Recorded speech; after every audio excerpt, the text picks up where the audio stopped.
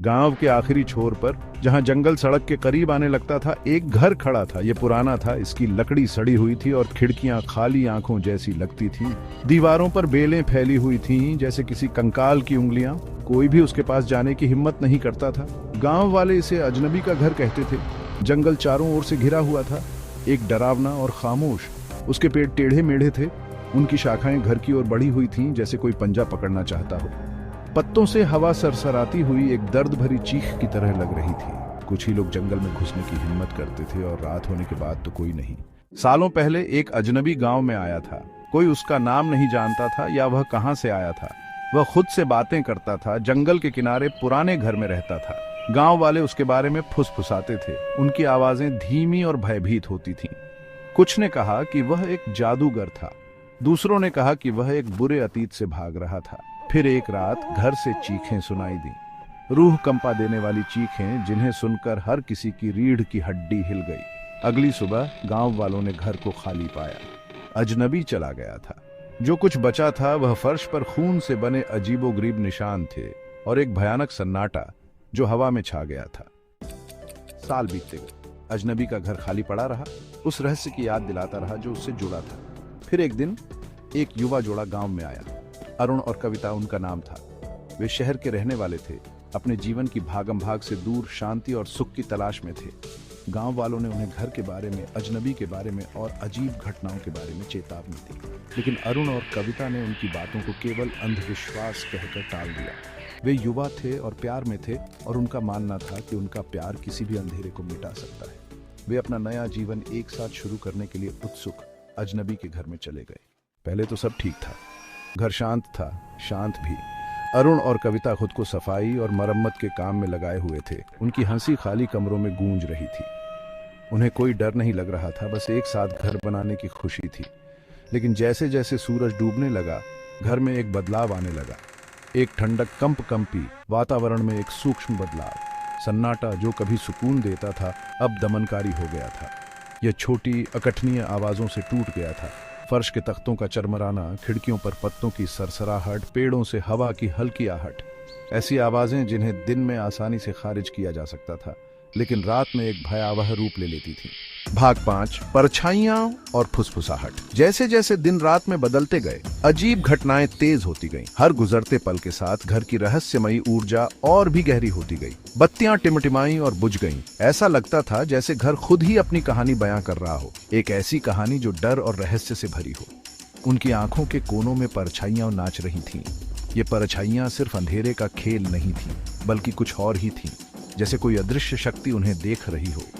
कविता कसम खा सकती थी कि उसने किसी को जंगल के किनारे से उसे देखते हुए देखा है। उसकी आंखों में एक अजीब सी चमक थी, जैसे वह कुछ कहना चाहती हो। लेकिन जब उसने अपना सिर घुमाया तो वहां कोई नहीं था। यह एक भ्रम था या सचमुच कोई था? यह सवाल उसके मन में गूंजता रहा। डर उनकी खुशी की उपजाऊ जमीन में बोए गए बीज की तरह बढ़ने लगा। हर छोटी सी आवाज, हर हलचल उनके दिल की धड़कन को तेज कर देती थी। एक रात कविता चौंक कर उठी। उसकी नींद अचानक टूट गई, जैसे किसी ने उसे झकझोर कर जगा दिया हो। उसने कमरे में एक ठंडी उपस्थिति महसूस की, जैसे कोई उसे देख रहा हो। यह ठंडक सिर्फ हवा की नहीं थी, बल्कि एक अदृश्य शक्ति की थी। वह अरुण की ओर मुड़ी, लेकिन वह गहरी नींद में सो रहा था। तभी उसने सुना एक आवाज जो उसके कानों में गूंज रही थी। एक फुसफुसाहट, धीमी और नीची, बस सुनने की हद तक। यह आवाज इतनी धीमी थी कि उसे समझ पाना मुश्किल था, लेकिन यह स्पष्ट था कि यह आवाज उसे ही पुकार रही थी। ऐसा लग रहा था जैसे दीवार से, घर के ताने बाने से ही आ रही हो। इसने उसका नाम पुकारा, कविता, कविता। यह आवाज उसके दिल की धड़कन को और तेज कर रही थी। वह समझ नहीं पा रही थी कि यह सब क्या हो रहा है, लेकिन एक बात साफ थी, यह घर अपने रहस्यों को उजागर करने के लिए तैयार था। भाग 6, मदद की गुहार। भयभीत अरुण और कविता मदद के लिए ग्रामीणों के पास गए। उन्होंने अपनी कहानी सुनाई। उनकी आवाजें डर से कांप रही थीं। ग्रामीणों ने उनकी बात सुनी, उनके चेहरे पर उदासी छा गई। उन्होंने उन्हें चेतावनी देने की कोशिश की थी, लेकिन युवा जोड़े ने नहीं सुना था। अब वे कीमत चुका रहे थे। गांव की मुखिया, एक बूढ़ी औरत आगे आई। उसकी आंखें हालांकि उम्र के साथ धुंधली हो गई थीं, लेकिन उनमें गहरी समझ थी।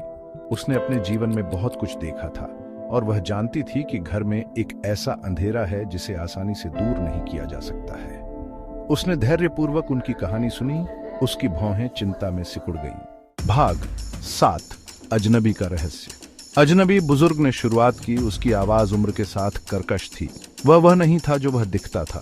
वह काले जादू में डूबा हुआ था, नश्वर लोगों के दायरे से परे शक्ति की तलाश करता था। उसके शब्द हवा में भारी पड़े। हर एक शब्द उनके मन की शांति के ताबूत में ठोंकी गई कील की तरह था।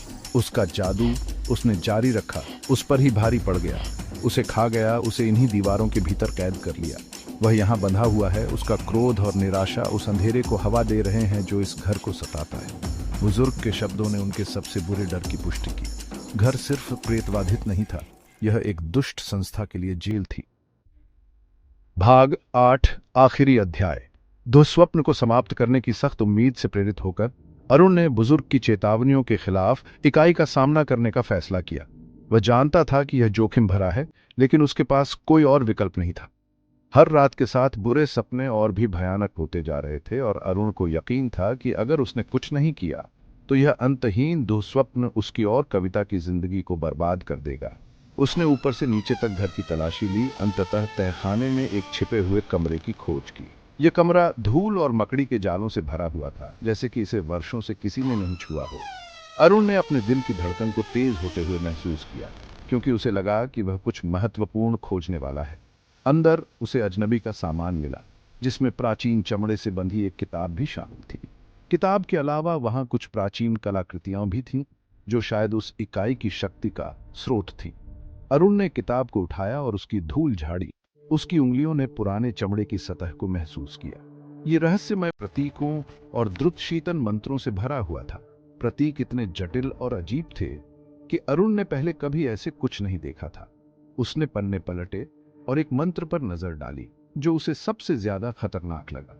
जैसे ही अरुण ने किताब का एक पन्ना ऊंची आवाज में पढ़ा, घर उनके चारों ओर गूंज उठा। उसकी आवाज गूंजती रही और ऐसा लगा जैसे घर की हर दीवार और कोना उसकी आवाज को सुन रहा हो।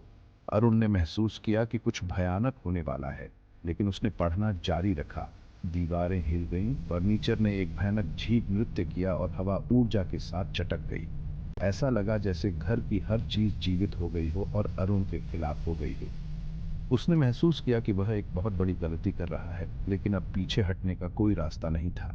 अपनी गलती का एहसास होते ही अरुण ने किताब से पटक दिया, लेकिन तब तक बहुत देर हो चुकी थी। उसने देखा कि किताब से एक अजीब सी रोशनी निकल रही है और उसे लगा कि उसने कुछ बहुत ही खतरनाक चीज को जागृत कर दिया है। अजनबी का क्रोध अनावृत घर से फट गया, इसे अंदर से बाहर तक चीर डाला। घर की दीवारें टूटने लगी और फर्श में दरारें पड़ गईं। अरुण ने महसूस किया कि वह और कविता अब खतरे में और उन्हें तुरंत वहां से भागना होगा। अरुण और कविता मुश्किल से अपनी जान बचाकर भागे। वे घर से बाहर निकले और देखा कि वह घर अब पूरी तरह से ध्वस्त हो रहा है। उन्होंने एक दूसरे की ओर देखा और उन्हें एहसास हुआ कि वे एक बहुत बड़े खतरे से बच निकले। लेकिन उनके मन में यह सवाल था कि क्या वे वास्तव में उस इकाई से छुटकारा पा चुके हैं या वह अभी भी कहीं न कहीं छिपी हुई है। भाग 9 रात में गूंज। अजनबी का घर अब नहीं रहा। यह कभी एक जीवंत स्थान था जहां हंसी और जीवन की गूंज सुनाई देती थी, लेकिन अब यह केवल एक खंडहर है, एक भूतिया स्मृति। इकाई ग्रामीणों का मानना था चली गई थी, अपनी जेल के साथ नष्ट हो गई थी, लेकिन जंगल बना रहा। यह जंगल जो कभी जीवन से भरा हुआ था, अब एक डरावनी जगह बन गया है, जहां केवल साहसी ही जाने की हिम्मत करते हैं। और कभी कभी जब हवा सही होती थी और चांद आकाश में नीचा लटका होता था, तो जो सुनने की हिम्मत करते थे वे उसे सुन सकते थे। यह एक रहस्यमय ध्वनि थी जो हवा के साथ बहती थी, जैसे कि कोई पुरानी आत्मा अपनी कहानी सुनाने की कोशिश कर रही हो। एक धुंधली चीख, क्रोध और निराशा से भरी हुई, पेड़ों से गूंज रही है। यह चीख उन लोगों के दिलों में डर पैदा करती थी जो इसे सुनते थे। यह एक चेतावनी थी, एक संकेत कि कुछ बुराइयां कभी नहीं मरती। एक ठंडी याद दिलाता है कि कुछ चीजें एक बार खोल देने के बाद वास्तव में कभी नहीं जाती है। ये जंगल, ये चीख, ये सब एक भयानक कहानी का हिस्सा है जो पीढ़ियों से चली आ रही है। अजनबी का घर चला गया था, लेकिन उसकी कहानी जीवित रही। कैंप फायर के आसपास फुसफुसाते हुए और पीढ़ियों से चली आ रही थी। लोग इस कहानी को सुनाते थे, एक दूसरे को डराने के लिए और यह याद दिलाने के लिए कि कुछ रहस्य कभी नहीं सुलझते। जिज्ञासा की एक सतर्क कहानी और बेचैन मृतकों को परेशान करने की कीमत।